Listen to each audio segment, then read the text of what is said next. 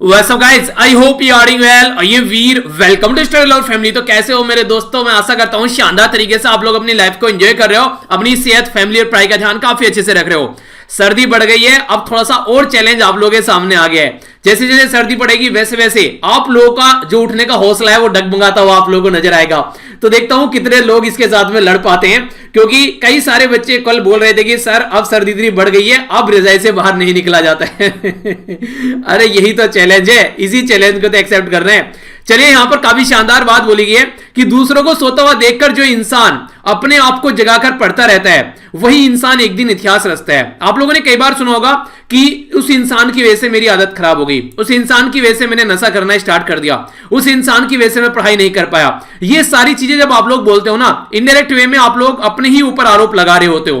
क्योंकि अगर आप लोग अपनी कमियां दूसरों के अंदर ढूंढ रहे हैं तो इसका मतलब यह है कि आप लोग अपने ही ऊपर आरोप लगा रहे हैं, क्योंकि आप लोग उन चीजों को एक्सेप्ट नहीं कर रहे हैं कि ये आप लोग की खुद की गलती थी।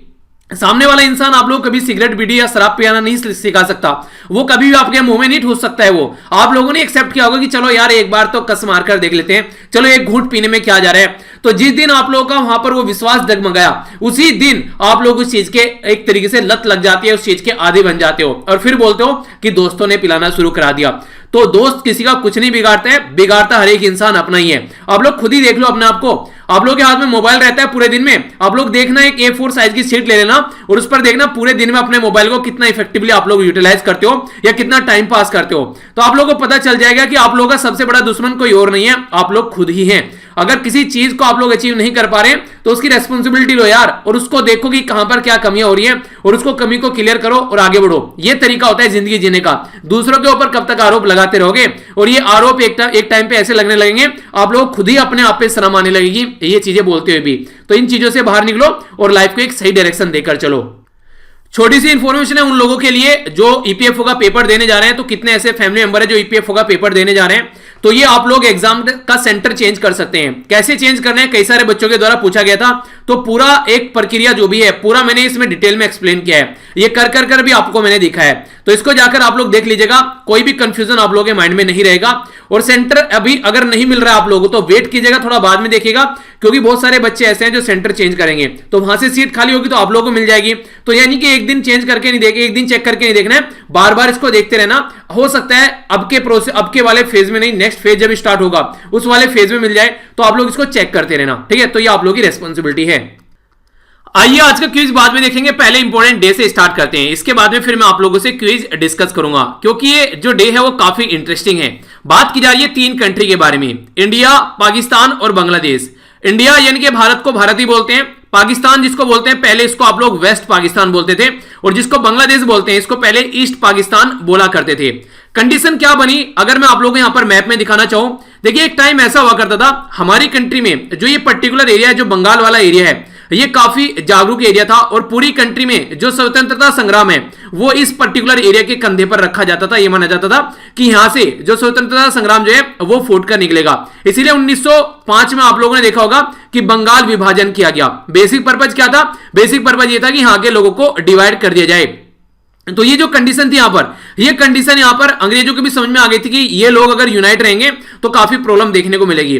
तो इनके द्वारा यहां पर हिंदू और मुस्लिम को डिवाइड करने की कोशिश की। हालांकि नाम दिया गया एडमिनिस्ट्रेशन का, पर लेकिन उसके पीछे जो उनका एक ध्येय था वो ये था कि एक तरीके से जो यूनिटी है उसको डिवाइड कर दिया जाए। चलिए यहां पे तो अपने मंसूबे में जो भी हुए कामयाब जितने हुए, पर लेकिन आगे चलकर जब एक नई कंट्री बनी पाकिस्तान, तो पाकिस्तान को ये वाला हिस्सा मिला, इसको बोला गया ईस्ट पाकिस्तान और इसको बोला गया वेस्ट पाकिस्तान। ये वाला जो पाकिस्तान था, ये वाला पाकिस्तान काफी ज्यादा एक तरीके से उबड़ खाबड़ एरिया और काफी सारी आप लोगों को नदियां यहां पर बहती हुई नजर आती हैं। इसी के चलते ये वाला जो पाकिस्तान था, ये वाला काफी ज्यादा उपजाऊ पाकिस्तान, और जो रिवेन्यू के या फिर इकोनॉमी के पॉइंट ऑफ व्यू से ये वाला एरिया काफी ज्यादा इंपॉर्टेंट था। पर लेकिन जो सारा एडमिनिस्ट्रेशन था वो यहां पर था, यानी कि जो भी पॉलिटिकल पार्टी थी वो जीतकर यहां पर आती थी और इसको भी अपने कंट्रोल में रखती थी। शेख मुजीबुर रहमान का नाम आप लोगों ने सुना होगा। तो इनके द्वारा एक बार इलेक्शन लड़े गए और जब ये इलेक्शन जीत कर आए तो ये नंबर आया अब इनका प्राइम मिनिस्टर बनने का यहां पर लेकिन यहां का जो लीडर थे उनको ये एक्सेप्ट नहीं हुआ और इन्होंने क्या किया, इसके ऊपर अटैक कर दिया। ये जो साल था अटैक करने का, इस टाइम पर हमारी कंट्री में जो प्राइम मिनिस्टर थी वो थी इंदिरा गांधी जी। तो सिचुएशन यहां पर ये देखने को मिली, उस टाइम पर इंदिरा गांधी जी के द्वारा इसके अंदर इंटरफेयर किया गया। रीजन क्या था? रीजन ये था बहुत सारे बांग्लादेशी वेस्ट बंगाल, आसाम, मेघालय हमारी कंट्री में आकर लेट गए क्योंकि काफी लार्ज स्केल पर इनके द्वारा यहां पर एक तरीके से अत्याचार किया गया। दुनिया भर के लोगों को रातों ही रातों में इनके द्वारा मार डाला गया।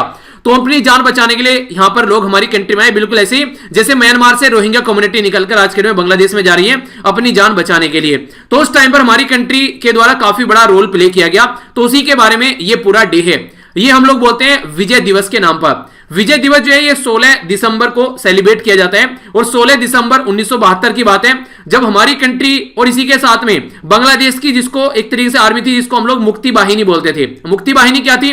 देखिए एक तो ये हो गया कि हम लोग बांग्लादेश के अंदर जाकर हम लोग लड़ाई लड़ रहे हैं, उससे क्या होता है, उससे तो सीधा सीधा ये हो जाता कि इनडायरेक्ट वे में हम लोग वॉर में घुसे हुए हैं। पहले स्टार्टिंग में हम लोगों ने क्या किया, जो बांग्लादेश के जो लोकल लोग थे उनको हम लोगों ने ट्रेन किया। हम लोगों ने मतलब हमारी आर्मी ने ट्रेन किया ताकि वो पाकिस्तानी फोर्स के साथ में लड़ सके। इनको हथियार वगैरह सप्लाई किए गए। तो इसका नाम क्या रखा गया? इसका नाम रखा गया मुक्ति बाहिनी।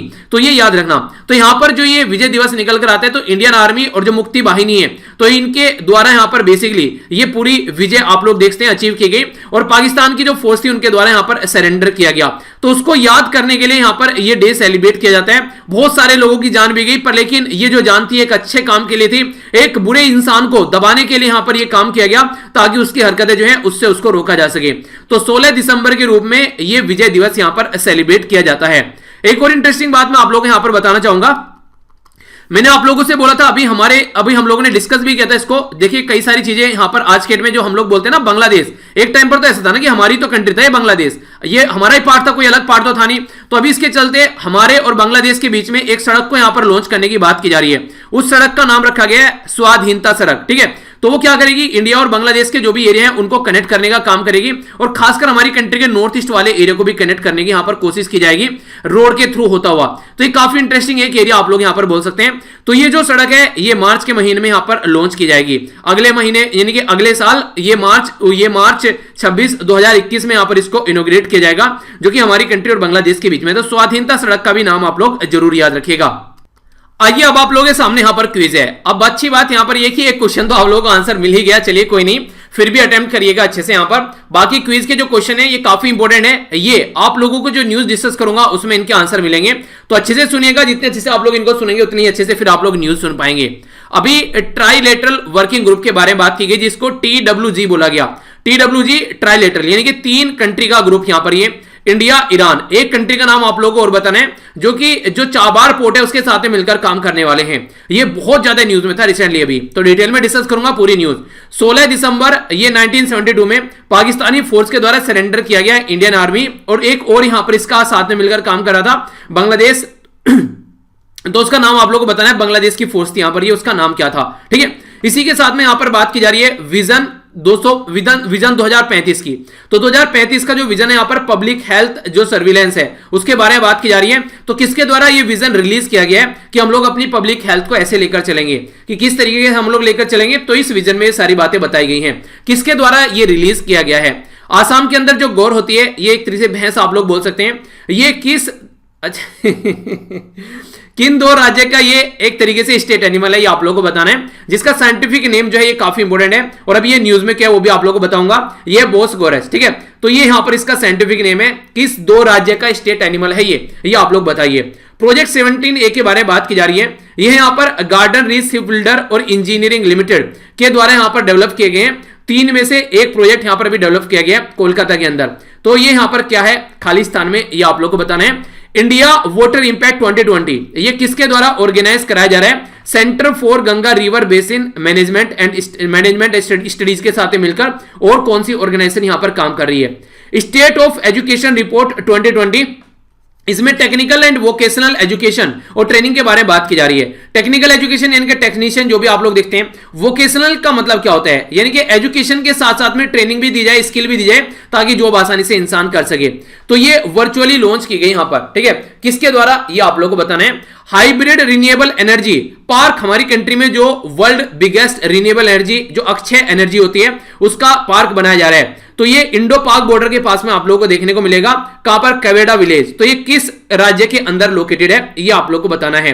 ये काफी इंटरेस्टिंग है। यहां पर ये हिमालयन सीरो, हिमालयन जो सीरो है यहां पर ये एक तरीका एनिमल है जो आप लोगों को पिक्चर में दिखाऊंगा तो आप लोग समझेंगे ये किसके under age a absolute protection मिलती है। हमारी कंट्री में एक एक्ट है जिसके तहत यहां पर इसको प्रोटेक्शन दी गई है, तो वो एक्ट का नाम आप लोगों को बताना है। इंपॉर्टेंट डे तो हम लोगों ने डिस्कस कर लिया। अब यहां पर मैं न्यूज के बारे में डिस्कस करूंगा जो कि एक इंटरनेशनल न्यूज है। इंटरनेशनल न्यूज है हमारी कंट्री के साथ में मिलाकर, तो बहुत इंपॉर्टेंट है। थोड़ा सा डिटेल में हम लोग इसको डिस्कस कर लेते हैं। ट्राइलेटरल वर्किंग ग्रुप के बारे में बात की जा रही है, TWG। ये TWG क्या है? यहां पर 3 कंट्री है, इंडिया, ईरान, उज्बेकिस्तान। 3 कंट्री मिलकर आपस में काम करेगी। चाबार पोर्ट के साथ में मिलकर काम करने की कोशिश की जा रही है। चाबार ये कहां पर एक पोर्ट है, तो इसको समझने के लिए आप लोग यहां पर मैप के ऊपर आ जाइए। अगर बात करें हमारी कंट्री, तो यहां से आप लोग चलिए, तो ईरान के अंदर चाबार पोर्ट हमारी कंट्री के द्वारा डेवलप किया गया है इसका टर्मिनल। एक गवादर पोर्ट है पाकिस्तान के अंदर, चाइना के द्वारा डेवलप किया गया ये पोर्ट। तो यहां से आप लोग जा सकते हैं, कहां पर? आप लोग जा सकते हैं अफगानिस्तान के अंदर। अब यहां पर बात की जा रही है उज्बेकिस्तान की, तो आप लोग यहां पर समझ सकते हैं कि कल को चलकर अगर उज्बेकिस्तान के पास में आप लोगों को जाना है तो उज्बेकिस्तान जो है यहां पर एक लैंडलॉक कंट्री आप लोगों को देखने को मिलती है। तो अफगानिस्तान से होते हुए आप लोग यहां पर जाइएगा और अफगानिस्तान से आप लोग उज्बेकिस्तान में जा सकते हैं। तो इसके चलते उज्बेकिस्तान ने यह बोला है कि हमको भी थोड़ा मौका दो कि ताकि हम भी चाबार पोर्ट को यूज कर सकें। तो इंडिया ने तुरंत ये जो इसकी बात थी वो एक्सेप्ट कर ली, क्योंकि आप लोगों को पता है आज की डेट में जो जब से यहां पर डोनाल्ड ट्रंप जा रहे हैं, अब यहां पर जो बाइडन आ रहे हैं, तो जो बाइडन ने भी बोला है कि ईरान के साथ में न्यूक्लियर डील को फिर से पिक्चर में लाया जाएगा। और सबसे इंटरेस्टिंग बात बताऊं आप लोगों को, जो आज की डेट में ईरान के जो प्रेसिडेंट है हसन रूहानी साहब, वो भी एक काफी अच्छे से शांत स्वभाव के साथ में आगे चल रहे हैं। वरना जैसी जैसी हरकतें डोनाल्ड ट्रंप साहब करके गए ना, ऐसी हरकतों में तो अब तक का आग लग जानी थी दोनों साइड में। पर लेकिन उनकी मैच्योरिटी यहां पर ये दिखा रही है, उनको पता है कि ये बिल्कुल ऐसे ही है। वो नहीं कहते कि जब एक तरीके से जब राष्ट्र में अगर बात करें, जब वो आप लोगों चरखी चलाई जाती है दीपावली पर, ठीक है, तो लास्ट में पूरा जोर लगाती है घूमने के लिए, वो जब ऐसे ऐसे घूमती है गोल गोल, वो नहीं अब खत्म होने वाली है। तो वही वाली है कि फुलझड़ी जो है लास्ट में फुर्र करके निकलती है। तो वही डोनाल्ड ट्रंप का हाल हो रखा है यहां पर आज की डेट में। तो कंडीशन ये वो भी समझ गए, तो इसलिए वो अपना शांति से स्वभाव में काम कर रहे हैं। अब इंडिया के साथ भी सही काम किए जा रहे हैं। तो उज्बेकिस्तान के बारे में आप लोगों ने सुना होगा ताशकंद। ताशकंद ये वही एरिया है लाल बहादुर शास्त्री जी से रिलेटेड है, जहां पर यह माना जाता है कि लाल बहादुर शास्त्री जी को अटैक आया था और उनकी जान चली गई थी। तो इंडिया और पाकिस्तान के बीच में जब लड़ाई हुई थी, उसका जो समझौता हुआ था यहां पर ताशकंद में होता, पर लेकिन यहां पर हमारे अपने बहुत ही एक होनहार जो प्राइम मिनिस्टर थे वो हम लोगों ने खो दिए थे। ताशकंद जो है यहां पर, और इसी जो ताशकंद है यहां पर इसकी कैपिटल भी है उज्बेकिस्तान की। उज्बेकिस्तान और कजाकिस्तान के बीच में एक सी नजर आएगा आप लोगों को, जिसको एरियल सी के नाम से जानते हैं। देखिए लैंडलॉक कंट्री है। लैंडलॉक कंट्री क्या मतलब होता है? जब ओशियन के साथ में कहीं पर कोई कनेक्ट नहीं होती है तो उसको लैंडलॉक कंट्री बोलते हैं। तो यहां पर ये ऐसा नहीं कि सी के साथ में कनेक्ट हो गए तो लैंडलॉक कंट्री नहीं है, ये बिल्कुल गलत है। ये एक लैंडलॉक कंट्री आप लोग को देखने को मिल रही है। तो अगर इंडिया और यहां पर दोनों मिलकर ये काम करते हैं, तजाकिस्तान, ये उज्बेकिस्तान और ईरान, तो ये काफी अच्छा एक डेवलपमेंट इस पर्टिकुलर रीजन में बोल सकते हैं। तो यहां पर जो सेक्रेटरी जो हमारी कंट्री के जो shipping government of India, deputy minister transport Uzbekistan और डिप्टी ट्रांसपोर्ट मिनिस्टर ये ईरान, इनके द्वारा मिलकर यहां पर मीटिंग को यहां पर ये चेयर किया गया। बेसिकली देखिए ये कह रखा है कि हमको इसको यूज करने दो, ये बोला गया उज्बेकिस्तान के द्वारा। तो यूज कब किया जाएगा? यूज तब किया जाएगा ना जब यहां पर एक तरीके से इनके सारे मिनिस्टर यहां पर आएंगे, यहां पर मिलकर काम करेंगे। तो ये बेसिकली जो परिवहन वाले मिनिस्टर हैं, बेसिकली सामान इधर उधर ले जाना, ये सब लेना, एक्सपोर्ट करना, वो सब चीजें, तो ज्वाइंट यूज किया जाएगा चाबार पोर्ट को ट्रेड के पॉइंट ऑफ व्यू से, और इससे जो रीजनल है उसमें भी एक कनेक्टिविटी निकल कर आएगी। तो यहां पर सबके द्वारा इसको वेलकम किया गया कि चाबार एक तरीके से जो पोर्ट है ये यूज किया जाएगा, और एक तरीके से इसको चाबार डे के तरीके से भी यहां पर देखा जा रहा है। तो इंटरनेशनल जो मैरीटाइम समिट शेड्यूल की गई है इंडिया के द्वारा, जो होस्ट की जाएगी जनवरी 2021 में, ठीक है, तो उसके चलते यहां पर ये इसको प्रपोज किया गया एक तरीके से क्या है यहां पर चाबार डे के रूप में। तो ऑल साइड के द्वारा यहां पर वेलकम किया गया। तो क्वेश्चन क्या बन जाएगा कि जो इंटरनेशनल मैरीटाइम समिट है वो कहां पर होने वाली है 2021 में? तो वो होने वाली है इंडिया के अंदर, यानी कि हमारी कंट्री के अंदर। तो ये इंपॉर्टेंट बात आप लोग याद रखिएगा। अगर मैं आप लोगों से उज्बेकिस्तान और इंडिया के रिलेशन के बारे में थोड़ा सा डिटेल में और बातें करूं, 2-4 जिनसे क्वेश्चन बन सकते हैं। एक तो यहां पर याद रखिएगा, ये यहां पर बात की जा रही है DUSTLIK, ठीक है, तो ये है 2019 में। तो यहां पर डस्ट लेक ये एक एक्सरसाइज है जो पहली बार एक्सरसाइज हुई 2019 में इंडिया और किसके बीच में, उज्बेकिस्तान के बीच में। तो ये एक इंपॉर्टेंट क्वेश्चन आप लोगों के लिए बन सकता है। इसी के साथ में अगर बात करें, हम जो परमानेंट मेंबर की बात करते हैं अपना, तो उज्बेकिस्तान हम लोग को सपोर्ट करता है। संघाई कोऑपरेशन ऑर्गेनाइजेशन में उज्बेकिस्तान आप लोगों को देखने को मिलता है। इसी के साथ में जब हम लोग बात करते हैं ऑर्गेनाइजेशन ऑफ इस्लामिक कोऑपरेशन, तो वहां पर भी जो उज्बेकिस्तान है ये उसका मेंबर है। और सबसे इंटरेस्टिंग बात यहां पर ये है कि हम लोग इसके ओआईसी के मेंबर नहीं है, पर लेकिन हम लोग वहां पर जो 46वां सेशन हुआ था 2019 में, उसमें हम लोगों के द्वारा एज ए स्पेशल गेस्ट के तौर पर हम लोग को इनवाइट किया गया था। पाकिस्तान बड़ा गुस्सा होता है उससे, तो ये सेशन याद रखिएगा। ये है यहां पर ऑर्गेनाइजेशन ऑफ इस्लामिक कोऑपरेशन। ये वही ऑर्गेनाइजेशन है जो कि जम्मू कश्मीर के ऊपर बार बार जिसको मिर्ची लगती रहती है, क्योंकि पाकिस्तान काफी बड़ा रोल प्ले करता है वहां पर आज की डेट में। तो इसके चलते ये छोटी सी बातें हैं जो आप लोगों के माइंड में क्लैरिटी रखनी चाहिए।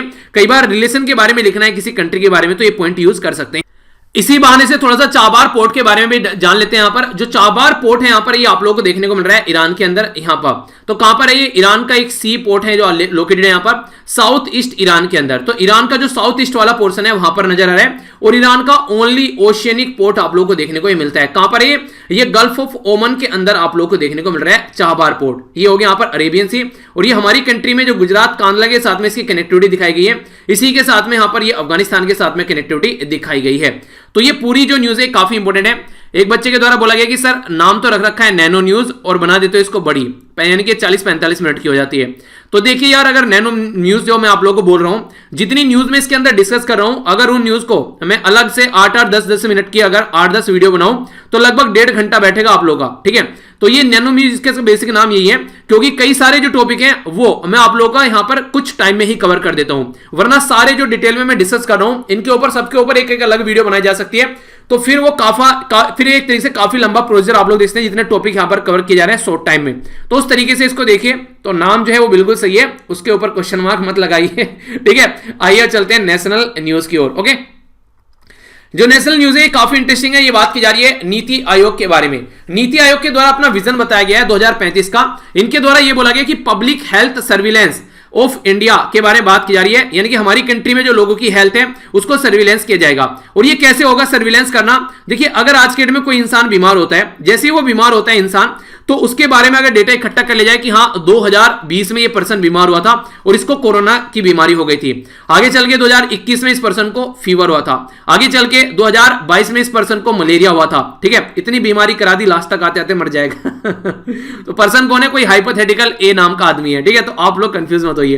तो यहां पर इसको ये सारी बीमारी हो रखी है। अब मान लीजिए आगे चलकर हम लोग बात करें 2040 में अगर कोई बीमारी इसको होती है तो इसकी पूरी हिस्ट्री हमारे सामने होगी कि हाँ इसका डेटा हम लोगों ने इकट्ठा किया था डिजिटली, ताकि समझ सके कि कल को अगर कोई बीमारी हो रही है तो हम लोग अंडरस्टैंड कर सके, अच्छा यहां से दिक्कत निकल कर आ रही है। तो इसी के चलते विजन हमारे पास में पूरा रहेगा, तो उसको हम लोग ढंग से लेकर चल पाएंगे। तो इसका फोकस एरिया यही है कि इंडिया पब्लिक हेल्थ सर्विलेंस किया जाए। इसके चलते यहां पर जो खासकर हम लोग प्रिपेयर रह सकें कि फ्यूचर में यार इन लोगों को ये बीमारी हो रखी है, तो हो सकता है आने वाले टाइम में इनको ये दवाइयों की जरूरत पड़ेगी। तो अगर हमारे पास में डेटा होगा तो इसको हम लोग इंप्लीमेंट कर पाएंगे। तो citizen friendly public health surveillance system की बात की जा रही है जो जनता के फायदे के लिए होगा। इसी के साथ में प्राइवेसी और कॉन्फिडेंशियल भी चीजों को रखा जाएगा। आप लोगों को पता है हमारी कंट्री में सुप्रीम कोर्ट में एक केस आया था, क्या था केस का नाम, जिसको प्राइवेसी के केस के नाम से भी आप लोग जानते हैं, ये था केएस पुट्टास्वामी का केस। केएस पुट्टास्वामी का केस हमारी कंट्री में जब आया उस टाइम पर प्राइवेसी को फंडामेंटल राइट बना दिया, यानी कि हर एक इंसान की एक लाइफ है यार। तो जैसे कोई इंसान पैदा होता है तो हम लोग फंडामेंटल राइट हम लोग को मिल जाता है कि हमारी प्राइवेसी है। और कौन से आर्टिकल में है ये? हमारी कंट्री में जो संविधान है उसमें पार्ट 3 है, और पार्ट 3 में आर्टिकल 12 से लेकर आर्टिकल 35 है। इसके अंदर आर्टिकल जो 21 है ये right to life, right to privacy के बारे में बात करता है। तो ये क्वेश्चन आप लोगों से बन जाएगा। तो यहां पर ये बोला गया कि अगर कोई बीमार है, मान लीजिए पता चला किसी पर्टिकुलर पर्सन को एड्स है, उसकी इंफॉर्मेशन छप रही है न्यूज़पेपर में, तो वो बेचारा वैसे ही परेशान होकर निकल लेगा।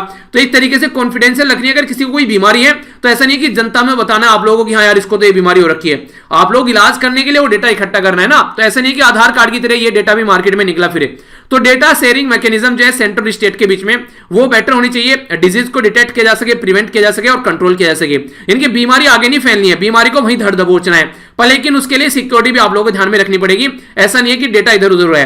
तो इंडिया का जो एम है वो ये कि रीजनल और ग्लोबल लेवल के साथ में पार्टनरशिप करके हम लोग को पब्लिक हेल्थ इमरजेंसी को ढंग के लेवल पर लेकर चल सके, क्योंकि अभी जो है कोविड-19 ने सबकी पतलून टाइट कर दी। यहां पर ये लग रहा था कि हाँ बहुत अच्छा हेल्थ सिस्टम है, सही चीजें चल रही है, पर समझ में आ गया कि औकात क्या है। कोविड-19 ने सबकी औकात दिखा दी जरा सी देर में। तो अभी सारी कंट्री जो है हेल्थ सिस्टम को इंप्रूव करने की कोशिश कर रही है। जो हमारी कंट्री में नीति आयोग है, ये काफी इंपोर्टेंट बॉडी है। ये 2015 से पहले ये इसका कोई एग्जिस्टेंस नहीं था। तो इसका जो हैप्पी बर्थडे है वो है 1 जनवरी 2015। ठीक है, तो याद रखिएगा। तो पार्टी लेनी है तो जनवरी में जाकर नीति आयोग के सामने खड़े हो जाना, तो आप लोगों को पार्टी मिल जाएगी। नीति आयोग ने रिप्लेस किया था किसको? रिप्लेस किया था यहां पर प्लानिंग कमीशन को। एक इंटरेस्टिंग क्वेश्चन, अगर आप लोगों से कोई एक शब्द में पूछे कि नीति आयोग और प्लानिंग कमीशन में क्या डिफरेंस है, आप लोग बताएंगे, तो आप लोग बताएगा कि नीति आयोग जो है वो बॉटम अप अप्रोच का है और जो प्लानिंग कमीशन था वो टॉप डाउन अप्रोच का था। मतलब क्या है? नीति आयोग ये बोलता है कि अगर आप लोगों के पास में कोई विचार है तो आप लोग बताइए, हम लोग देखेंगे उनको इंप्लीमेंट करने लायक है नहीं है, और हम लोग फिर उसको इंप्लीमेंट करवा देंगे। ठीक है, पर लेकिन जो प्लानिंग कमीशन था वो बोलता था कि ये जूता है और यही जूता है और सबको एक ही की जूता फिट करना है सबके पैर में, यानी कि सबको एक ही तरीके से बातें बोलता था, ऐसे करो चाहे भले ही कोई दूसरी प्रॉब्लम हो। तो इसीलिए इसको थिंक टैंक की तरीके से देखा जाता है नीति आयोग को। वो अलग बात है कि ज्यादा प्रोडक्टिव चीजें नहीं देखने को मिल रही है, पर फिर भी पहले के कंपेयर में इसको ज्यादा अच्छा माना जा रहा है। प्लानिंग कमीशन के ऊपर और भी कई सारे आरोप लगते थे कि वो फाइनेंस कमीशन की पावर छीनने की कोशिश करता है प्लानिंग कमीशन। और फाइनेंस कमीशन क्या था? वो एक संवैधानिक बॉडी थी। प्लानिंग कमीशन क्या थी? वो एक एग्जीक्यूटिव बॉडी है। और नीति आयोग क्या है? वो भी एक एग्जीक्यूटिव बॉडी है। एग्जीक्यूटिव बॉडी कैसी होती है? एग्जीक्यूटिव बॉडी वो बॉडी होती है जिसके बारे में ना तो संविधान में लिखा हुआ है और ना ही उसको हम लोगों ने पार्लियामेंट में कोई लॉ पास करके एक्ट बनाया है। वो बस हमारी कंट्री में जो गवर्नमेंट है वो एग्जीक्यूटिव ऑर्डर उसके द्वारा लाया गया है और उसके द्वारा वो बॉडी बनाई गई है। तो रियलिटी में ऐसी बॉडी बनाई जाती है गवर्नमेंट के हाथ में अपने आप पावर रखने के लिए, जो ऐसी बॉडी निकल कर आती है। आप लोग एक बात सोचिए जरा सा, जैसे हमारी कंट्री में जो संविधान था वो इंप्लीमेंट किया गया, ठीक है, और उसके 1-1.5 साल बाद यहां पर आप लोगों को देखने को मिला प्लानिंग कमीशन आ गया। तो क्या संविधान में प्लानिंग कमीशन के बारे में हम लोग नहीं लिख सकते थे? बेसिक फंडा ये था कि गवर्नमेंट जो थी वो अपने हाथ में पावर रखना चाहती थी, तो इसलिए प्लानिंग कमीशन को संविधान में नहीं रखा गया। ठीक है, तो ये कुछ बातें हैं, ये अंदर की बातें हैं। ठीक है, तो ये अंदर की बातें मैं आप लोगों को बता रहा हूं, तो ये आप लोगों की कॉन्सेप्ट बिल्डिंग करने में आप लोगों को हेल्प करेगी। कोई कुछ आप लोगों के सामने बोलेगा ना तो आप लोग उसको समझ पाएंगे, कनेक्ट कर पाएंगे, अच्छा यहां पे बेवकूफ बनाया गया है। ठीक है, तो बेवकूफ बनने से बचोगे आप लोग। ओके, आगे चलता हूं। वैसे आप लोग बहुत समझदार हो। ठीक है, राज्य के बारे में यहां पर ये न्यूज है यहां पर, और काफी इंटरेस्टिंग न्यूज है यहां पर। आप लोगों ने सुना होगा आज की डेट में अगर आप लोग कहीं पर जाकर एक अपना एक फार्म हाउस बनाते हैं किसी जंगल के अंदर जाकर, ठीक है, ये सारा एरिया पहले मान लीजिए फॉरेस्ट था, ठीक है, और एक दिन उस फार्म हाउस में कोई एक शेर घुसाता है। आप लोग क्या बोलेंगे? मेरे फार्म हाउस में शेर आ गया। शेर बोलेगा बेटा तुम्हारा फार्म हाउस मेरे एरिया के अंदर आ गया। तो अब दोनों के बीच में क्या होगा? फिर मार धाड़ होगी। तो जीतेगा कौन? जीतेगा तो इंसान ही, क्योंकि इंसान जो है वो एक सबसे खतरनाक जानवर है आज के डेट में धरती के ऊपर। ऐसी कंडीशन यहां पर देखने को मिली अभी। ये यहां पर बात की जा रही है, ये इंडियन बेसन या फिर गौर इसको बोला जाता है। तो ये जो बेसिकली एक भैंस आप लोग इसको बोल सकते हैं, ये अभी यहां पर रिसेंटली देखने को मिली। यहां पर कहां पर? ये पर्टिकुलर एक कोनी कहते हैं जो अपना हॉट स्पॉट एरिया हो जाता है। नॉर्मली एक तरीके से बोला जाए तो शहर वाले एरिया में आ गई बेचारी गलती से घूमती घूमती। तो जब शहर वाले एरिया में आ गई तो इसकी हालत क्या की गई? ये इसकी हालत की गई, इसको पकड़ा गया जैसे तैसे पकड़ के और इसकी जान चली गई। पकड़ा क्या गया? बेसिकली मारा गया। तो इंसान जो है वो इतना डर में आ जाता है, उसको ये लगता है कि सामने वाले जो चीज है उसको मार दो ताकि अपनी जान बचाई जाए। तो ऐसी कंडीशन यहां पर देखने को मिली। पहले तो डर गए सारे, ये देखिए कैसे कैसे चिपके खड़े हैं, यहां पर दरवाजे के ऊपर चढ़े खड़े हैं जो यहां पर इसको देखने के बाद में। तो कंडीशन ये थी, पर लेकिन बाद में यहां पर इसकी डेथ हो गई। तो डेथ होने की वजह से, इंसानों की वजह से, तो ये था ह्यूमन ये गोर कॉन्फ्लिक्ट था जिसकी वजह से यहां पर ये न्यूज में आ गई। और ऐसी चीजें आप लोगों को बहुत जगह देखने को मिलती है। इसीलिए ह्यूमन और एनिमल कॉन्फ्लिक्ट के ऊपर कई बार आंसर लिखने के लिए भी आ जाता है और निबंध लिखने के लिए भी आ जाता है। तो वहां पर ऐसे लिखने के लिए आता है, तो वहां पर आप लोग इसको यूज कर सकते हैं, जो अभी ये सिचुएशन यहां पर देखने को मिली। ठीक है, तो काफी खतरनाक सिचुएशन आप लोग बोल सकते हैं कि हाँ इस तरीके से एनिमल की जान जाती है। कॉमनली इसको यहां पर इंडियन गौर के नाम से जाना जाता है। साइंटिफिक नेम है इसका बोस गोरस। ठीक है, इसी के साथ में फिजिकली अगर आप लोग इसको देखें तो एक खट्टा खट्टा एक तरीके से आप लोगों ने आसपास में जो भी जानवर देखा होगा उसके साथ में कंपेयर कर सकते हैं, जैसे भैंस वगैरह होगी, गाय वगैरह होगी, तो उसकी तरीके से आप लोग इसको देख सकते हैं। पर लेकिन काफी तंदुरुस्त, पर लेकिन इसकी तंदुरुस्ती यहां पर काम नहीं आई क्योंकि इंसानों के सामने इसकी तंदुरुस्ती टिक नहीं पाई। ये जो एनिमल है यहां पर नॉर्मली ये आप लोगों को हिली एरिया वाले एरिया में और ग्रासी लैंड में ये नजर आता है। इसी के साथ में China, Thailand, Malaysia, Bangladesh, Bhutan, Nepal, इन सारे एरिया में ये आप लोगों को देखने को मिलता है। पर लेकिन हमारी कंट्री में जो वेस्टर्न घाट के एरिया में पाया जाता है वो सबसे ताकतवर देखने को मिलता है वेनाड, इसी के साथ में नगरहोल, इसी के साथ में मुदुमलाई, बांदीपुर कॉम्प्लेक्स। बांदीपुर के बारे में आप लोगों ने सुना होगा ना, बांदीपुर टाइगर रिजर्व कहां पर है जरा बताइए तो जरा कमेंट बॉक्स में, ये आप लोगों को पता होना चाहिए। इसके बारे में थोड़ा सा पढ़िएगा जाकर। और इसी के साथ में जैसे मैंने आप लोगों को यहां पर बताया ये स्टेट एनिमल भी है कहां का? गोवा और बिहार का। तो गोवा और बिहार के अंदर एज ए स्टेट एनिमल की तरीके से भी इसको देखा जाता है। आप लोगों को जो बिहार और गोवा को छोड़कर जिस भी राज्य में आप लोग रहते हैं, क्या आप लोगों के राज्य का कोई स्टेट एनिमल है? अगर हां तो उसका नाम बताइए, स्टेट एनिमल क्या है आप लोगों के राज्य में। ये सारी चीजें आप लोगों को पता होना चाहिए, खासकर किसी राज्य से आप लोग आते हैं तो उसकी ये बेसिक चीजें आप लोगों के माइंड में बिल्कुल क्लियर होनी चाहिए। नेक्स्ट बात की जा रही है हमारी कंट्री की डिफेंस और सिक्योरिटी के बारे में। अगर आप लोग डिफेंस और सिक्योरिटी के बारे में बात करें तो हर एक तरफ से आनी चाहिए, एयरफोर्स, नेवी, आर्मी, हर तरफ से आप लोगों के सामने यहां पर बेसिकली आनी चाहिए। बात की जा रही है यहाँ पर हिमाद्री के बारे में। हिमाद्री जो यहाँ पर फर्स्ट 3 जो प्रोजेक्ट 17 के अंदर जो शिप बनाए जा रहे हैं, तो उनमें से पहला ये शिप है। यहाँ पर प्रोजेक्ट 17 जो है हमारी कंट्री में 17A जो है बेसिकली ये शिप बिल्डिंग के लिए प्रोजेक्ट स्टार्ट किया गया था। तो इसके चलते हमारी कंट्री में जो garden reach ship building and engineer limited कहां पर है? GRSE, ये कोलकाता यानी कि वेस्ट बंगाल के अंदर है। तो इसके द्वारा यहां पर इसको डेवलप किया गया है। तो ये जो नाम यहां पर लाया गया है, ये फेरीगेट लिएंडर क्लास जो शिप था वहां से इसका नाम निकाल के लाया गया है, जो कि लॉन्च किया गया था 50 साल पहले 1970 में। तो वहां से इसका नाम निकाला गया है। प्रोजेक्ट 17 जो है टोटल 7 शिप इसके अंदर बनाए जाने हैं। 4 तो बनेंगे आप लोगों के सामने यहां पर। ये मजांग, ये बेसिकली यहां पर है मजागांव डोक शिप लिमिटेड, ठीक है, जिसको MDL के नाम से जानते हैं। और 3 शिप जो होंगे ये होंगे GRSE, ठीक है। तो कहां पर है? ये कोलकाता के अंदर में है, ठीक है। तो टोटल मिलाकर 7 शिप यहां पर बनाए जाएंगे। तो अगर आप लोगों से कोई यहां पर प्रोजेक्ट 17A के बारे में पूछ रहे तो इसके बारे में भी आप लोग याद रखेगा। क्या बोलेगा कि यहां पर 7 टोटल शिप बनाए जाने हैं। जो 7 शिप बनाए जाएंगे इसमें से 4 शिप बनाए जाएंगे मजागोंग डोक शिप लिमिटेड जो है यहां पर, ये कहां पर है? ये मुंबई के अंदर में है। 3 शिप बनाए जाएंगे यहां पर हमारी कंट्री में, ये GRSE यानी कि garden reach ship building and engineers limited के द्वारा। ये कहां पर है? कोलकाता के अंदर में है। तो हमारी कंट्री में जो नेवल पावर है उसको स्ट्रेंथन करने की कोशिश इनके द्वारा की जाएगी। तो ये प्रोजेक्ट का नाम आप लोगों से डायरेक्ट पूछा जा सकता है कि नेवी से है, आर्मी से, एयरफोर्स से। तो ये इंडियन नेवी की बात की जा रही है। 7 जो यहाँ पर P-17A शिप जो है यहाँ पर ये इंडिजिनियसली डिजाइन होंगे, यानी कि हम लोग खुद इनको डेवलप करेंगे। तो ये जो डिजाइन किए जा रहे हैं यहाँ पर, ये directorate of naval design surface ship design group के द्वारा यहाँ पर DNS जो बेसिकली यहाँ पर बोला जा रहा है इसको, ठीक है ना। तो इसके द्वारा यहाँ पर ये डेवलप किया जा रहा है। और इंडिजिनियसली जब डेवलप किया जाता है तो देखिए दूसरी कंट्री के ऊपर डिपेंडेंसी यहाँ पर खत्म होती नजर आएगी। तो ये जो प्रोजेक्ट 17A है ये हमारी कंट्री का खुद का प्रोजेक्ट है, ना कि किसी के ऊपर हमारी डिपेंडेंसी है। तो ये भी एक काफी इंपॉर्टेंट पॉइंट आप लोग याद रखिएगा यहां पर। एक और इंपॉर्टेंट बात अगर शिप बिल्डिंग के मामले में आप लोगों से पूछा जाए कि वर्ल्ड में सबसे बड़ी जो एक तरीके से ताकतवर कंट्री कौन है शिप बिल्डिंग में आज के डेट में, तो पहले नंबर पर चाइना चल रहा है, ठीक है। पहले नंबर पर चाइना, दूसरे पर है यहां पर साउथ कोरिया और तीसरे पर है जापान। चाइना, साउथ कोरिया और जापान, ठीक है। नॉर्मली साउथ कोरिया होता था पर लेकिन आप लोगों को पता है चाइना के पास में काफी ह्यूज रिसोर्सेज हैं, जिसके चलते चाइना जो है ये काफी आगे निकल कर आ रहा है। और देखिए बेसिक पर्पज यहां पर एक और है, अगर आप लोग बात करते हैं शिप बिल्डिंग के बारे में, तो जिसके पास में यहां पर ये शिप बिल्डिंग की पावर अच्छी खासी है, तो एक्सपोर्ट के एरिया में भी वो भी आप लोगों को काफी ज्यादा अच्छे से अपना रोल प्ले करता हुआ नजर आएगा। तो ये आप लोग कुछ बेसिक इंफॉर्मेशन है जो कि याद रखना। आगे बढ़ते हैं।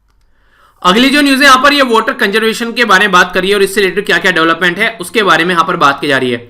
अगर मैं आप लोगों से कुछ डेटा शेयर करना चाहूं, आज के डेट में आप लोगों से कोई पूछे कि जो हमारी पृथ्वी है उसके कितने प्रतिशत सरफेस पे पानी पाया जाता है, तो ये 71% क्षेत्र पे पानी पाया जाता है पृथ्वी के ऊपर। तो यहां पर जो 71% क्षेत्र पे पानी पाया जाता है ये मैक्सिमम आप लोगों को यहां पर कवर देखने को मिलता है, अर्थ वाटर जो कवर है यहां पर, ठीक है। इसमें से जो आप लोगों को यहां पर जब पीने की बात आती है कि ड्रिंकेबल वाटर क्या है, वो काफी कम आप लोगों को देखने को मिलेगा। तो मैक्सिमम हर जगह पानी है पर लेकिन फिर भी पीने के लिए पानी नहीं है। अगर पूरा अर्थ का जो वाटर है उसके पीने के पानी के बारे में बात करें तो 0.5% ओनली पीने का पानी है। आप लोग कंपेयर करके कैसे देखेंगे, अगर पूरी अर्थ पर जो पानी है वो 100 लीटर है, ठीक है। 100 लीटर को अगर आप लोग देखते हैं कि 100 लीटर पानी है, तो अगर आप लोग पीने की बात करें 100 लीटर में से, तो 100 लीटर पानी में से आप लोग अगर गैलन में बोले मान लीजिए 26 गैलन हो गई, ठीक है। तो यहां पर अगर पीने वाले पानी के बारे में बात करें तो 0.003 लीटर के करीब आएगा, यानी कि आधा चम्मच पीने का पानी मिलेगा।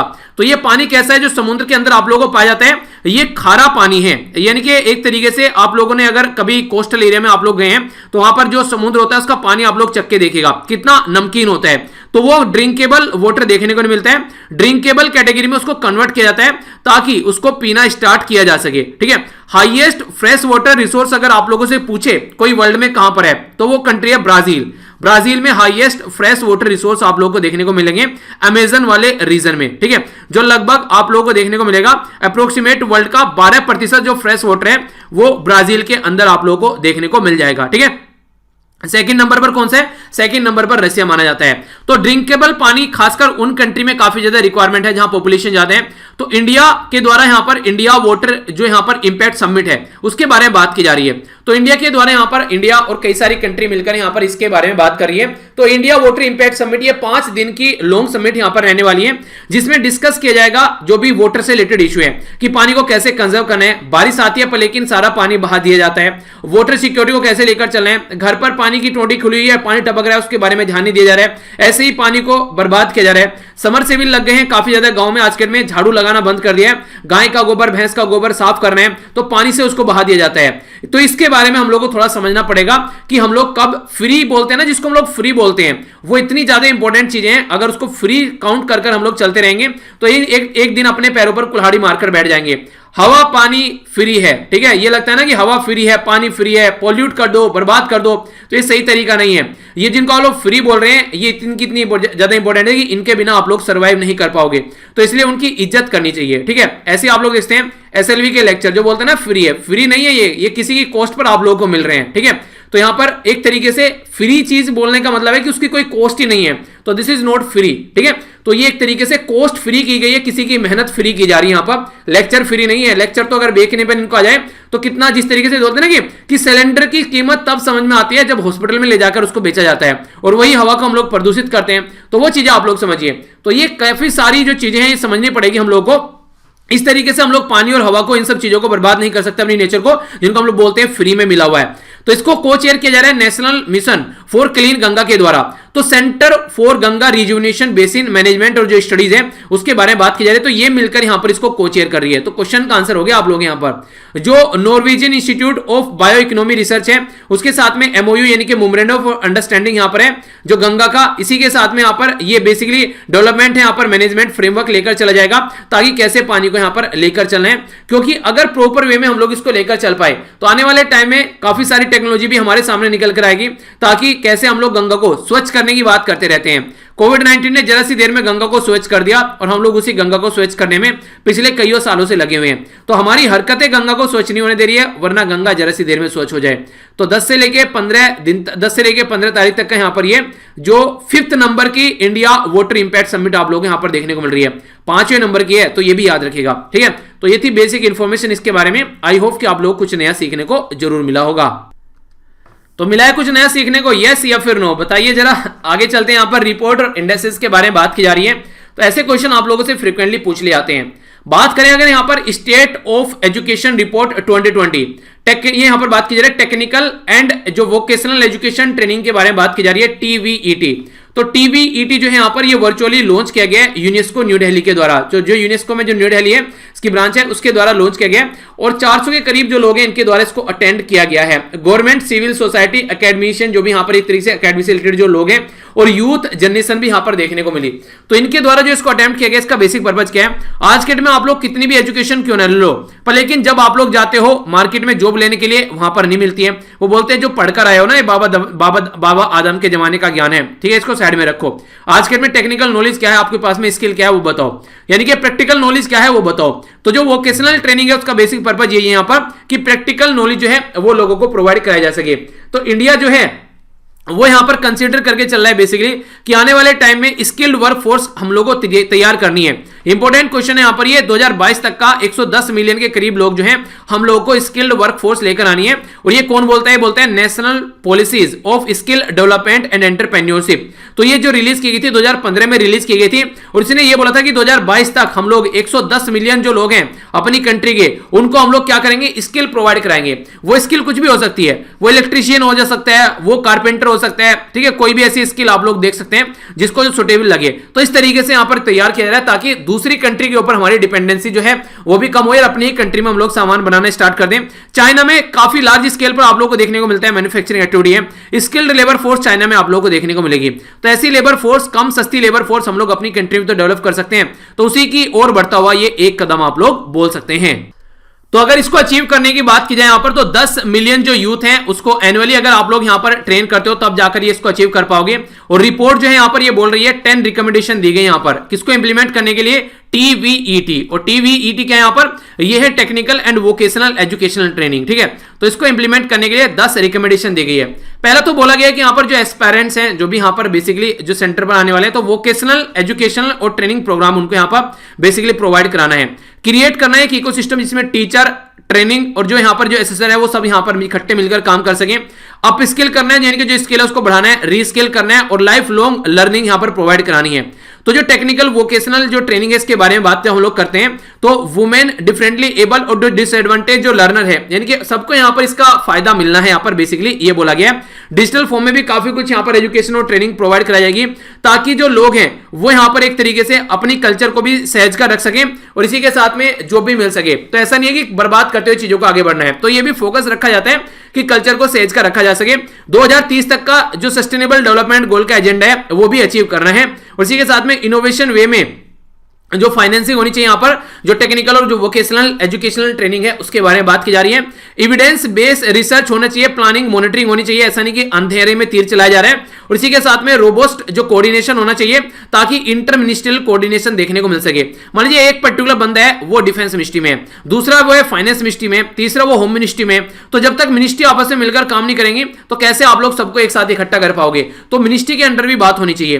तो 10 टोटल रिकमेंडेशन यहां पर दी गई है सिचुएशन को सुधारने के लिए। तो इंपॉर्टेंट न्यूज बन जाती है, इतनी बड़ी न्यूज होगी, आंसर तक आप लोग लिख सकते हैं इसके ऊपर। ओके, पॉलिटी और इसी के साथ में गवर्नेंस से रिलेटेड ये न्यूज आप लोग यहां पर बोल सकते हैं। हमारी कंट्री के जो प्राइम मिनिस्टर मोदी जी हैं उनके द्वारा विजिट की गई गुजरात में, ये की गई कब, कल, यानी कि 15 दिसंबर को। तो इनके द्वारा फाउंडेशन स्टोन रखा गया कई सारे डेवलपमेंट प्रोजेक्ट का। इसमें हाइड्रो रिन्यूएबल एनर्जी पार्क, जो कि वर्ल्ड में सबसे बड़ा रिन्यूएबल एनर्जी पार्क स्टेब्लिश करने की बात की गई है इंडिया और पाकिस्तान के बॉर्डर पर, जो कि कच्छ डिस्ट्रिक्ट में देखने को मिलेगा। यह है यहां पर खावड़ा, ठीक है, विलेज है कच्छ डिस्ट्रिक्ट के अंदर। ये लगभग 30 गीगावाट का सोलर और विंड एनर्जी जो यहां पर एक्सपेंड इसको किया जा रहा है। और सबसे बड़ी बात यहां पर ये civilian access is not permitted, यानी कि जो बीएसएफ के द्वारा कंट्रोल एरिया है और आर्मी के द्वारा कंट्रोल एरिया है। अभी आप लोगों को बताएं यहां पर कहां पर ये इंडिया और पाकिस्तान के बॉर्डर पर है, तो इसलिए यहां पर जो सिविल जनता है उसको अलाउ नहीं है। जो अलाउ है यहां पर हमारी आर्मी और बीएसएफ वहां पर है, तो इसके चलते यहां पर इस प्रोजेक्ट को डेवलप किया जा रहा है। तो क्वेश्चन आप लोगों से बन सकते हैं यहां पर, क्योंकि काफी इंटरेस्टिंग प्रोजेक्ट ये हो गया है पड़ोसी देश के साथ में, जिसको हमेशा जो नहीं कहते कि मिर्ची लगी रहती है, तुझको मिर्ची लगी तो मैं क्या करूं ठीक है, मैं तो अपना डैम बना रहा था तो वही कंडीशन है यहां पर, हम लोग अपना काम करें, उनको मिर्ची लगती रहती है। देखिए इंसान अगर प्रोग्रेसिव होता है ना तो पड़ोसी चिड़चिड़ कर मर जाते हैं कि यार ये पता नहीं इनके घर में क्या चल रहा है, तो पता नहीं ये भी खरीद के ले आए, वो भी खरीद के ले आए, यार ये ना स्कूटर खरीद के ले आया, अब मोटरसाइकिल, अब गाड़ी आ गई, एसी लगवा ली घर में, सामने वाले को ना ऐसे आधा तो वैसे ही मर जाता है। तो आप लोग खुश रहना सीखो, आधी जनता तो वैसे ही जल जल के मर जाएगी इन्वायरमेंट और बायोडाइवर्सिटी के बारे में ये न्यूज है यहां पर, और काफी इंटरेस्टिंग भी है, थोड़ा सा ध्यान से सुनिएगा, ठीक है। यहां पर जो ये न्यूज है ये बात की जा रही है हिमालयन शेरों के बारे में। सीरो यानी कि शेर आप लोग याद रख लीजिएगा, ठीक है।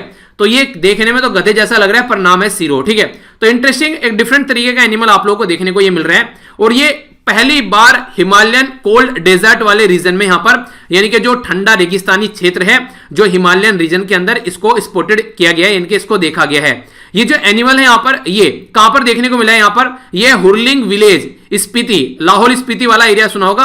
अच्छा यहां पर तो बर्फ यहां पर तो अभी बर्फ गिर रही है ना, क्या हमारी फैमिली मेंबर कोई सा है यहां पर, कोई है लाहौल स्पीति वाले एरिया में, ठीक है। मैं घूमने आ रहा हूं यहां पर, ठीक है, मिलना वहीं पे बर्फ देख के आते हैं अब की बार। ऐसा कुछ नहीं है, जब आऊंगा तो बताऊंगा, अभी नहीं आ रहा हूं, ठीक है, अभी टाइम नहीं है। तो काफी अच्छा लगता है बर्फ देखनी यार, गिरती हुई, ठीक है, अच्छा लगेगा। किस किसने देखी है गिरती हुई, देखी है, गिरी हुई की बात नहीं कर रहा हूं, जो गिरी है, और ओलो की भी बात नहीं कर रहा हूं, ठीक है, वो भी काउंट नहीं करने हैं, ठीक है। जो साइंटिफिक नेम है इसका यहां पर, इसका नाम ये काफी इंटरेस्टिंग है। जैसे अभी मैंने आप लोगों को बताया था, जो हम लोगों ने जो अभी देखी जो न्यूज यहां पर जो मारी गई थी अभी, वो भैंस जो भी आप लोग बोल सकते हैं, जो गौर थी, उसका जो बेसिकली साइंटिफिक नेम आप लोगों को बताइए, रिविजन कर लीजिए। तो 2 साइंटिफिक नेम हो गए आप लोगों के सामने, एक तो वो और एक दूसरा साइंटिफिक नेम यहां पर अब आप लोगों के सामने आने वाले हैं। तो हिमालयन सीरो, या फिर इसको कैप्रिकॉर्निस और सुमेट्रेंसिस, ठीक है, थार के नाम से भी जाना जाता है। इसी के साथ में ये सब स्पीसीज यहां पर, जो मेनलैंड जो शेरों कैप्रिकॉर्निस और सुमेट्रिनिसिस जो मेन लैंड है यहां पर उसका जो पाया जाता है, उसकी सब स्पीसीज को माना जाता है। ठीक है, ये हार्बीवर है, ये काफी इंपॉर्टेंट है यहां पर, यानी कि ये फूल पत्तियां पेड़ पौधे यही सब खाता है बेचारा, तो ये यहां पर अभी देखने को मिला। तो इसके चलते यहां पर ये नियर थ्रेटन की कैटेगरी में इसको रखा गया है, हिमालयन रीजन में यहां पर ये बेसिकली, और इसी के साथ में जो वनरेबल कैटेगरी में इसको ये थ्रेटन है नियरली, और वनरेबल कैटेगरी में IUCN की लिस्ट के हिसाब से। ठीक है, वनरेबल इन IUCN रेड लिस्ट, ठीक है, जो कि थ्रेटन स्पीसीज की लिस्ट है। IUCN के international union for conservation of nature के बारे में यहां पर बात की जाती है। तो ऑल ओवर वर्ल्ड में जहां पर भी कोई ऐसी स्पीसीज दिखती है जो लगता है कि यहां पर ये खत्म होने वाली है, उसके बारे में यहां पर बात की जाती है। तो ये कहां पर लोकेटेड है, इसका हेडक्वार्टर ये आप लोग को बताना है। ठीक है, और इसको एस्टेब्लिश कब किया गया था, ये किया गया था 1948 में, फ्रांस के अंदर इसको बेसिकली एस्टेब्लिश किया गया था। और हेडक्वार्टर कहां पर है ये आप लोगों को बताना है। इसका मोटो यही है कि United for the life and the livelihood, ठीक है, तो ताकि सब मिलकर काम कर सकें, ऐसी हरकतें नहीं देखने को मिले। ये जो स्पीसीज है हमारी कंट्री में किसके अंदर आती है, ये शेड्यूल फर्स्ट है वाइल्ड लाइफ प्रोटेक्शन एक्ट 1972 का, उसमें इसको एब्सोल्यूट प्रोटेक्शन प्रोवाइड कर रखी है, भैया कोई टच नहीं करना इसको, ठीक है ना, वरना पिट जाओगे, तो ऐसी बात बोली गई है, यानी कि एक तरीके से सिक्योर करने की कोशिश की जा रही है। मैंने अभी बताया ना, ये जानवर तो बेचारे जानवर ही रह गए, इंसान जो हो चुका है वो दानव हो चुका है आज के डेट में, तो इसलिए इनको बचाना पड़ रहा है। एक टाइम पर ऐसा था इंसान अपने आप को बचाता था, आज के डेट में इंसानों को इनसे बचाना पड़ रहा है। देखो ना, इसको कहते हैं कलयुग। ठीक है, आइए एक पर्सन के बारे में भी जान लेते हैं, अभी रिसेंटली यहां पर इनकी डेथ हुई है, तो इंपॉर्टेंट पर्सनैलिटी है हमारी कंट्री के, जो वेल नोन साइंटिस्ट थे यहां पर एरोस्पेस के अंदर में, तो ये जाने माने वैज्ञानिक थे और पद्म विभूषण से इनको नवाजा गया था। नाम था इनका नरसिम्हन, ठीक है, तो रोडम नरसिम्हन, तो इनकी रिसेंटली अभी डेथ हो गई है 87 की एज तक। तो यहां पर बात करें इनके बारे में, तो ये Indian institute of science Bengaluru, जो आप लोग मानते हैं ना, तो इंडियन इंस्टीट्यूट ऑफ साइंस, ठीक है, ISC बेंगलुरु के अंदर यहां पर ये साइंटिस्ट थे, काफी इंपॉर्टेंट पोजीशन पर। इसी के साथ में director of national aerospace laboratory भी रह चुके हैं। जो ये है पर्टिकुलर पर्सनैलिटी, ये स्पेस कमीशन जो कंसल्टेटिव ग्रुप है of eminent scientist government of India, उसके भी मेंबर रह चुके हैं। इसी के साथ में ब्यूरो ऑफ इंटरनेशनल जो यूनियन फॉर थ्योरेटिकल और अप्लाइड जो एक तरीके से जो मैकेनिक्स है, उसके भी यहां पर ये पार्ट रह चुके हैं। ठीक है, तो ये इस तरीके से काफी इंपॉर्टेंट पर्सनैलिटी आप लोग बोल सकते हैं, जिनकी रिसेंटली अभी डेथ हुई है। आप लोग क्या बोलते हैं, बेसिकली क्वेश्चन पूछते हैं जब 4-5 पर्सनैलिटी का नाम दे देंगे और उनको बोलेंगे किस फील्ड से ये बिलोंग करते हैं, तो ऐसे क्वेश्चन स्टेट PCS में बड़ी फ्रीक्वेंटली पूछे जाते हैं। ठीक है, तो इसलिए इसको याद रखना आप लोग। ऐसे भी कई सारे फैमिली मेंबर हैं जो कई सालों से वीडियो देख रहे हैं, कई सालों से वीडियो तो देख रहे हैं, पर लेकिन आज तक उनके द्वारा कमेंट नहीं किया गया, तो इनके द्वारा यहां पर ये पहला कमेंट किया गया। तो ये भी देखिए, अगर आप लोग कमेंट नहीं करते तो उसमें कोई दिक्कत नहीं है, आप लोग ऐसा कर ले कीजिए, अपनी कॉपी में आंसर लिखा कीजिए। अगर किसी को ऐसा लगता है ना कि कमेंट करना अच्छा नहीं लगता है या फिर कोई ऐसी बात होती है, तो आप लोग अपनी कॉपी में आंसर लिख सकते हैं, कोई दिक्कत नहीं है। ठीक है, तो ये चीजें आप लोगों के लिए, अगर आप लोग चाहते हैं कि आप लोगों की पढ़ाई जो भी चल रही है वो आप लोगों तक ही सीमित रहे, बाहर पता ना चले, आप लोग सिक्योर रखना चाहते हैं, कोई दिक्कत नहीं है, इसको भी आप लोग फॉलो कर लीजिए, पर पढ़ाई जरूर कीजिए। तो इनके द्वारा यहां पर ये जो कमेंट किया गया, जो आंसर दिए गए, काफी अच्छे से, एक पहली बार कमेंट लिखा और काफी अच्छे से एक रेगुलेटेड आंसर लिखा गया। ठीक है, पहला कैग के बारे में आप लोगों से पूछा था यहां पर, तो यहां पर जो अपनी रिपोर्ट सबमिट करता है स्टेट गवर्नमेंट में, तो गवर्नर तक पहुंचती है, तो इस तरीके से याद रखना इसके बारे में। और बाकी एक मैंने पूछा था यहां पर, जो इलुरु सिटी है यहां पर, ये तो ये तमिलेरु रिवर आप लोगों को देखने को मिल रही है। ठीक है, तो ये हम लोगों ने डिस्कस किया था। बाकी 4 वेद, ऋग्वेद, सामवेद, यजुर्वेद, अथर्ववेद, तो यहां पर जो सबसे पुराना वेद है वो है ऋग्वेद, तो ये इंपॉर्टेंट क्वेश्चन है।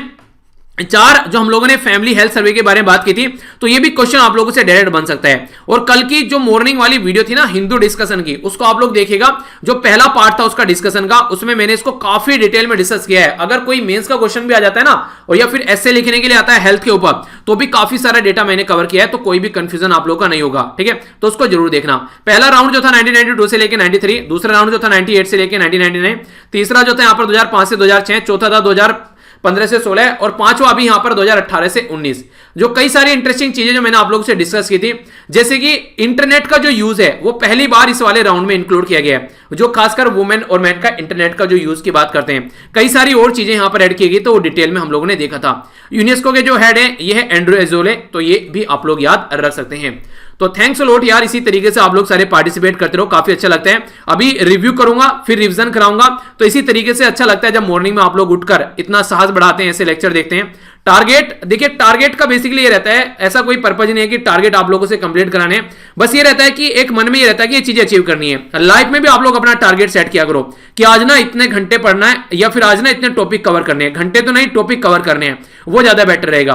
तो इसलिए मैं बोलता हूं ना कि 1500 आज उठने हैं, 1600 उठने हैं, तो उससे क्या रहता है, जो नहीं उठ पाते हैं ना, उनके अंदर भी होता है कि यार काश हम भी उठ लेते, तो उनके अंदर भी एक चिंगारी सी लगती है उठने की। और जो उठ रहे हैं उनकी तो हिम्मत है, ये आसान काम ही नहीं है। तो इसलिए यहां पर बेसिकली मैं आप लोगों को सपोर्ट करता हूं, ताकि अगर मॉर्निंग में उठ के अपने दिन को स्टार्ट करेंगे, आप लोग 4 बजे उठ जाएंगे। नॉर्मली कैसे उठते हैं, 6 से 7 बजे उठते हैं, तो ये देखिए कि आप लोगों का 3 से 4 घंटे पहले दिन स्टार्ट हो गया, तो कितना अच्छा लगेगा पूरे दिन में। वो चीजें मैं आप लोगों को फील कराना चाहता हूं बेसिकली, ठीक है।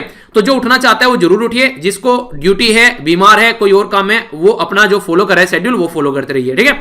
तो देख लेते हैं आज हम लोगों ने क्या क्या डिस्कस किया। काफी अच्छा लेक्चर लगा मुझे, पढ़ाने में काफी मजा आया। आई होप कि आप लोगों को पढ़ने में भी मजा आया होगा। तो आप लोग बताइए कि पढ़ने में मजा आया या फिर नहीं आया। तो सबसे पहले हम लोगों ने क्या किया, सबसे पहले हम लोगों ने इंपॉर्टेंट दे देखा जो काफी इंटरेस्टिंग था। इसी के साथ में जो नेक्स्ट न्यूज थी ये हम लोगों ने काफी डिटेल में समझी, तो ये हम लोगों ने काफी इंपॉर्टेंट न्यूज थी। इससे डायरेक्ट भी क्वेश्चन बन जाएंगे कई सारे, प्रीलिम्स से आप लोगों से डायरेक्ट पूछ लेंगे क्वेश्चन, तो इसलिए याद रखिएगा, ठीक है। हम लोगों ने देखा यहाँ पर इंडिया और इसी के साथ में जो ईरान, ये सारी चीजें हम लोगों ने जानी। उज्बेकिस्तान के बारे में रिलेशन, नेशनल न्यूज में हम लोगों ने देखा यहाँ पर पब्लिक हेल्थ के बारे में नीति आयोग क्या करना चाह रहे हैं। स्टेट न्यूज के अंदर हम लोगों ने देखा बेचारी को मार डाला, इसको जो भी ये जानवर था, इस तरीके से कंडीशन। डिफेंस सिक्योरिटी में हम लोगों ने देखा ये हिमगिरी के बारे में जाना, और प्रोजेक्ट जो 17A है इसके बारे में डिटेल में हम लोगों ने समझा। कंजर्वेशन डेवलपमेंट के बारे में हम लोगों ने यहाँ पर कुछ बातें की, तो इसमें वोटर समिट के बारे में हम लोगों ने डिटेल में समझा क्या क्या बातें यार, कहां पे क्या क्या चल रहा है, तो कोई भी कंफ्यूजन नहीं होना चाहिए। नेक्स्ट हम लोगों ने रिपोर्ट के बारे में बात की, तो ये मैंने काफी डिटेल में आप लोगों को पढ़ाई, तो कोई भी कंफ्यूजन नहीं होना चाहिए। लिखने के लिए भी कुछ आता है तो भी आप लिख सकते हैं। अभी एक कमेंट पढ़ रहा था, एक बच्चा वो वेस्ट बंगाल का है, तो एक लड़की है उसका सिलेक्शन हुआ है वेस्ट बंगाल SI में, ठीक है। तो आप लोग ये समझिए, जिसको ये लगता है, जैसे मैं बार बार ये बातें बोलता हूं कि सर बहुत डिटेल में पढ़ाते हो, UPSC की लेवल के वे जाके पढ़ाने लगते हो, तो देखिए आप लोगों को ये फायदा होगा, डिटेल में चीजें समझोगे तो कोई भी कंफ्यूजन माइंड में नहीं रहेगा, तो और अच्छे से तैयारी कर पाओगे, ठीक है। यहां पर हम लोगों ने देखा यहाँ पर शेरों के बारे में, हिमालयन शेरों के बारे में, और एक पर्टिकुलर पर्सन के बारे में भी हम लोगों ने जाना। तो ये था टोटल आज का डिस्कशन। अब क्विज है आप लोगों के सामने जो आप लोगों को अटेम्प्ट करने हैं, तो बताइए तीसरी कंट्री कौन सी है, इसका नाम भी आप लोगों को बताना है। यहाँ पर इंडिया और किसने मिलकर हराया था पाकिस्तान को, विजन किसके द्वारा प्रस्तुत किया गया हेल्थ से रिलेटेड, कौन से 2 राज्य का एनिमल है यहाँ पर, ये गौर आप लोगों को बताना है। इसी के साथ में यहाँ पर प्रोजेक्ट के बारे में बात की जा रही है, ये 17A के बारे में बताना है किसको यहाँ पर लॉन्च किया गया। वोटर इंपैक्ट समिट किसके द्वारा ऑर्गेनाइज कराई गई है। इसी के साथ में यहाँ पर बात की स्टेट ऑफ जो एजुकेशन रिपोर्ट है उसके बारे में, वर्चुअली ये किसके द्वारा लॉन्च की गई है। इसी के साथ में कौन सा राज्य के बारे में बात की जा रही है जहां पर वर्ल्ड का बिगेस्ट रिन्यूएबल एनर्जी प्रोजेक्ट के बारे में बात की। हिमालयन सीरो जो है वो हमारी कंट्री में कौन से एक्ट के अंदर एब्सोल्यूट प्रोटेक्शन में इसको लिस्ट किया गया है, ये आप लोगों को बताना है। रिवीजन किए बगैर मत जाया कीजिए, 1 मिनट लगती है, इतना जब हो गया 1-1.5 मिनट और लगती है, आप लोग लंबे समय तक चीजें याद रख पाओगे, ठीक है। ये कल वाली रिवीजन है, एक बार इसको देख लीजिए। कंट्री में बात की जा रही है, यहां पर एक कंट्री है जहां पर जो कम्युनिस्ट पार्टी है उसके खिलाफ प्रोटेस्ट चल रहा है काफी लार्ज स्केल पर। एक्सोटिक जो लाइफ होती है, बेसिकली आप लोग इसको फॉरेन की लाइफ भी बोल सकते हैं एक तरीके से, जो डिफरेंट होता है कुछ, उसको भी एक्सोटिक बोल जाते हैं। एक डिफरेंट तरीके का अपने ही तरीका, नॉर्मली फॉरेन लिंक बोल देते हैं, पर लेकिन ये भी वर्ड यूज कर सकते हो। CITES की फुल फॉर्म आप लोग को बतानी थी। यहां पर जो रोड बनाने की बात की जा रही है इंडिया और बांग्लादेश के बीच में, उसका नाम आप लोग को बताना है। बजट में प्रस्तुत किया गया था बुलियन एक्सचेंज के बारे में, तो कौन यहां पर इसको इंप्लीमेंट करने वाला है वो बताना है। सक्सेसफुली लॉन्च किया गया यहां पर, यह है अंगारा 5, किसके द्वारा लॉन्च किया गया है, अंगारा A5। मलेरिया का एक और नया नाम यहां पर देखने को मिला था, हमारी कंट्री में एक सोल्जर के अंदर पाया गया। यूनेस्को के द्वारा एक प्राइज लॉन्च किया गया क्रिएटिव इकोनॉमी के फील्ड में, यहां पर किसके नाम पर यह लॉन्च किया गया। यूनेस्को के द्वारा international year of creative economy sustainable development ये कब डिक्लेयर किया गया है, ठीक है, तो ये बताना है। तो आंसर क्या है, कंट्री है क्यूबा, डिटेल में मैप में दिखाया था मैंने आप लोगों को, आसपास का एरिया भी। इसी के साथ में conservation on international trade exchange species of wild life flora and fauna, ये बात की थी। स्वाधीनता सड़क ये 26 मार्च को लॉन्च की जाएगी 2021 में इंडिया और बांग्लादेश के बीच में। इंटरनेशनल फाइनेंशियल सर्विस सेंटर जो गिफ्ट सिटी गुजरात के अंदर आप लोगों को देखने को मिलते हैं, यह है बेसिकली यहां पर एक्सचेंज वाला जो फंडा है। रसिया है वो कंट्री जिसने अंगारा A5 ये स्पेस रॉकेट लॉन्च किया है। प्लाज्मोडियम ओवले, ठीक है, तो ये हम लोगों ने बात की थी इस बीमारी के बारे में, मलेरिया का एक टाइप है। बंगाबंधु शेख मुजिबुर रहमान, नाम याद रखेगा, ये फादर ऑफ बांग्लादेश भी इनको बोला जाता है, जैसे हमारी कंट्री महात्मा गांधी जी। यूनेस्को के द्वारा 2021 को डिक्लेयर किया गया ये ईयर, ठीक है। तो ये था टोटल आज का डिस्कशन। मैं आशा करता हूं कि आप लोग कुछ नया सीखने को जरूर मिला होगा। कैसा लगा लेक्चर, बकवास या झक्कास, अपना फीडबैक जरूर देना और कमेंट बॉक्स में लिख सकते हैं 2 शब्द अगर लिखना चाहें अपनी तारीफ में कि आप लोग सुबह जगे और आप लोगों ने लेक्चर देखा, तो अपनी पीठ को थपथपाया करो, ठीक है। इसी के साथ में पीडीएफ यहां से डाउनलोड कर सकते हैं और लेक्चर के बारे में थोड़ा बता दीजिएगा कैसा आप लोगों को लगा, क्या चाहते हैं आप लोग। अगर कोई आप लोगों को लगता है ये चीज गलत हो रही है तो उसको सही कराना चाहते हैं, बाकी मेरे साथ आप लोग यहां पर कनेक्ट रह सकते हैं। ट्विटर, इंस्टाग्राम, फेसबुक सारे लिंक वीडियो के नीचे मिल जाएंगे। टेलीग्राम ज्वाइन करना है वो भी वीडियो के नीचे मिल जाएगा। और शेयर जरूर किया कीजिए वीडियो को, ताकि उन लोगों तक पहुंच सके जो इसका फायदा उठाना चाहते हैं। यही बात फिर से बोलूंगा कि अगर चीजें इस तरीके से मिल रही हैं तो इसका मतलब ये नहीं कि वो इंपॉर्टेंट नहीं है। कहीं जाकर अगर पैसा भी दोगे तो भी आप लोगों को इस लेवल का कंटेंट जो है वो देखने को मिल सकता है। मैं ये नहीं कह रहा कि कोई पढ़ा नहीं सकता मेरे जितना, मेरे से अच्छा भी पढ़ा सकते हैं, पर लेकिन इस लेवल का आप लोगों को फ्री में कोई नहीं देगा, ये बात मैं बताता हूं, ठीक है। तो एंजॉय कीजिए इसको अच्छे से और दूसरों तक भी पहुंचाइए। तो बड़ों को नमस्ते, छोटों को प्यार, छोटी सी लाइफ एंजॉय करो यार। मिलता हूं नेक्स्ट लेक्चर में, तब तक के लिए